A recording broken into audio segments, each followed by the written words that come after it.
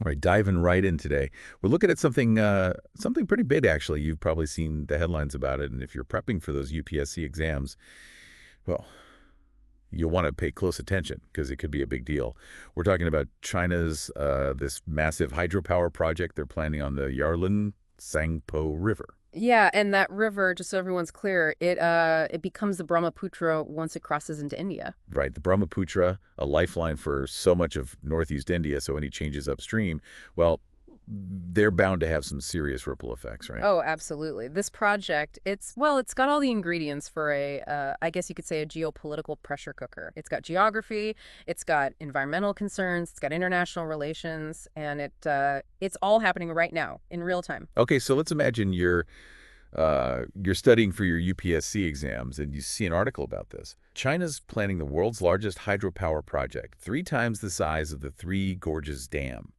And it's on a river that flows into India. That's got to set off some alarm bells, right? It should. I mean, anytime you alter the flow of a river upstream, it's going to have a cascading effect downstream. And we're not just talking about a little change here. This is a mega dam potentially affecting millions of people, their livelihoods, agriculture, drinking water, the whole ecosystem, really. High stakes, a shared river, and 2 major players in Asia. So where do we even begin to unpack this? Well, the first thing to understand is why China chose this particular river, the Yarlung Tsangpo, and this specific location, the Great Bend, for such a massive undertaking. It's in Maydog County, Tibet, and that's where the river takes a sharp turn before flowing into India.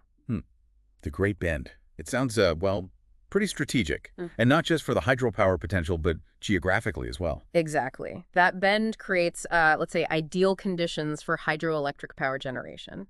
And it just so happens to align perfectly with China's 14th five-year plan, which is all about shifting towards renewable energy sources and achieving carbon neutrality by 2060. Ambitious goals, no doubt, but it makes you wonder, doesn't it? I mean, we've seen what happened with the Three Gorges Dam. Mhm. That was hailed as an engineering marvel, but it also came with a whole host of environmental and social consequences. Oh, absolutely. The Three Gorges Dam, it's a cautionary tale. You know, you had altered gravity maps, disrupted ecosystems, even induced earthquakes. And then there's the human cost. Over 1 million people were displaced because of the changes in the river's flow. Yeah, a stark reminder that progress often comes at a price. And in this case, with a project of this magnitude, on a river as vital as the Brahmaputra, India, being downstream, their concerns are, well, they're even more amplified. No, right, because for Northeast India, the Brahmaputra it's essential. Agriculture, drinking water, the entire ecosystem relies on it. So any change to the flow, especially during, say, those crucial agricultural seasons, could be devastating. And it's not just about the quantity of water either, is it? No, you're absolutely right. The quality is just as important. Large dams often trap sediment, which is full of nutrients, and that acts as a natural fertilizer for downstream agriculture. So if you disrupt that flow, you risk impacting soil fertility, and then you're looking at lower crop yields, food security issues, the whole 9 yards. That's a critical point. And to complicate matters even further, this whole region, it sits on a very active seismic zone. Oh, absolutely. So you're adding a massive dam to an already earthquake-prone area. That's a significant risk factor, no question about it. And the potential for disaster, I mean, if a major earthquake were to hit. It's a sobering thought, Yeah. and it brings to mind that 2004 Parachute Lake incident in Tibet. A landslide dammed the lake, and, well, thankfully it was a relatively small-scale event compared to what a breach in the Yarlung Tsangpo Dam could unleash, but it highlights the importance. Of having really robust communication and cooperation mechanisms between India and China, when it comes to managing these transboundary rivers. Because let's face it, building a mega dam on a shared river without clear communication and data sharing, well, that's just asking for trouble. Yeah. What's like they say communication is key. So what kind of agreements are already in place between India and China, regarding these shared water resources? Well, there are a few key mechanisms that are worth noting. First, you've got what's called the Umbrella MO, which was signed back in 2013, and that covers broadly cooperation on transboundary rivers. Then you have more specific agreements like the Brahmaputra MO and the Sutlej MO, and those focus specifically on data sharing, related to water flow. So these MOUs, they're meant to ensure that India has access to real-time data about the river's flow, right? So they can plan and prepare in case there are any, significant changes upstream. That's the idea in Mm. theory, but in practice, these agreements they've shown some limitations. For example, the Brahmaputra MOU, it needs to be renewed every 5 years, and it actually Yeah. lapsed in 2023. Wait, so for a period of time, there was no agreement in place? That seems like a pretty big vulnerability, especially given the scale of the project we're talking about. It definitely raises some concerns, and while the renewal process is supposedly underway, it does highlight a recurring issue. These agreements, they're often susceptible to, political tensions between the two countries. We saw disruptions in data sharing during the Doklam crisis back in 2017 and again during the Ladakh standoff in 2020. So it's almost like the data flow itself becomes a bargaining chip in this larger geopolitical game. Yeah, Not exactly reassuring for India's, long-term water security. that's a good point. And it's also important to remember that these are just bilateral agreements. There's also a broader international framework to consider things like the UN Convention on the Law of the Non-Navigational Uses of International Watercourses. Didn't both India and China opt out of that one? I Yeah. mean, they chose not to sign that particular convention, right? You're right. Neither country is a signatory. However, both generally adhere to the convention's core principles, which emphasize, the equitable and reasonable use of shared water resources. Basically, the idea is that one country's actions shouldn't cause significant harm to another. Okay, so a bit of a good neighbor policy when it comes to water diplomacy. But given the potential impact of this dam, it seems like China might be sailing pretty close to that line, wouldn't you say? It's definitely a sensitive situation, and it raises the question, what options does India realistically have to protect its interests? Demanding a complete halt to the project is probably not going to fly, is it? That's highly unlikely to be successful. But on the other hand, remaining silent and simply accepting the potential consequences, that's not a viable option either. So where's the middle ground? How can India actually navigate this challenge effectively? Well, the first and most important step is to clearly and forcefully articulate their concerns. China often downplays the impact of its dams. They claim that they're run-of-the-river projects with minimal downstream effects. But as we've discussed, the reality on the ground can be quite different. Exactly. India needs to challenge those assertions, and not just through diplomatic channels, but also in the public sphere.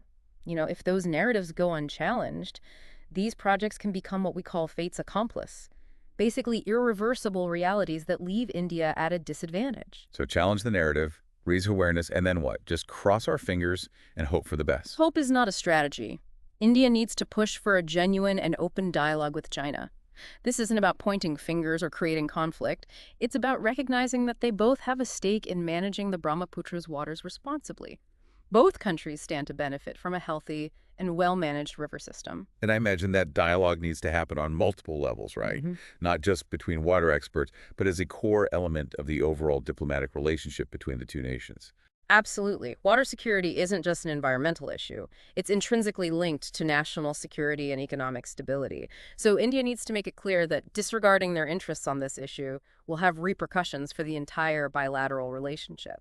So essentially elevate the issue, make it non-negotiable, and firmly convey that water is a vital resource that requires careful and collaborative management. Precisely. And as part of that dialogue, India should advocate for stronger, more transparent, and binding agreements on data sharing and the joint management of the Brahmaputra River. Agreements that can withstand the inevitable, ups and downs in the political climate between the two countries. Exactly. It's a long game that requires a strategic and multifaceted approach. The stakes are simply too high to settle for anything less. And remember, for our listeners who are preparing for the UPSC exams, this entire situation offers valuable insights into real-world diplomacy, resource management, and international relations. It's like a crash course in applied geopolitics with a healthy dose of environmental science thrown in. Exactly. And it really underscores the point that these issues, they're not just abstract concepts confined to textbooks. They have very real impacts on people's lives, livelihoods, and the future of entire regions. So we've unpacked the complexities of this project, the potential risks involved, and the need for India to take a proactive and strategic approach to protect its interests. But let's shift gears a bit and address you directly, the UPSC aspirant listening to this deep dive. Yeah. How can you leverage this knowledge for those crucial exams? I mean, this whole thing, it's like, a case study ripped straight from the UPSC syllabus. We're talking about geography, the Himalayas, those complex river systems, and, well, the geopolitics of water. It's all right there. Absolutely. This is transboundary water management and action, resource allocation, environmental impact assessments of, really large-scale projects. It's all crucial stuff for both your mains and prelims, by the way. Yeah, this isn't just about, memorizing facts and figures. You got to connect the dots, see how geography, international relations, economic development, it all kind of comes together. Right, and think about it from the international relations angle. You're analyzing treaties, understanding how nations negotiate, how they cooperate, or uh, sometimes how they fail to cooperate. And then you've got the economic development piece of it. How do you balance those energy needs with ecological sustainability? This case, it really does have it all. So let's do a quick recap for our listeners out there, the future diplomats and policymakers tuning in.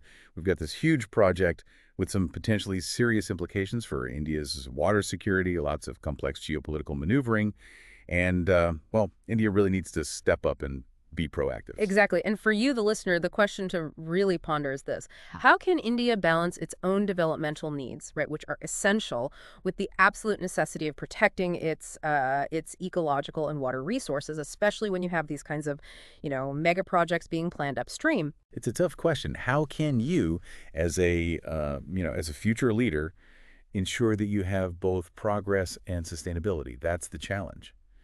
And that's the kind of question that, well, just might pop up on your exam. Remember, it's not just about knowing the facts. It's about analyzing a situation and coming up with solutions. Couldn't have said it better myself. What we've given you in this deep dive are the building blocks, the context, the challenges, some potential solutions.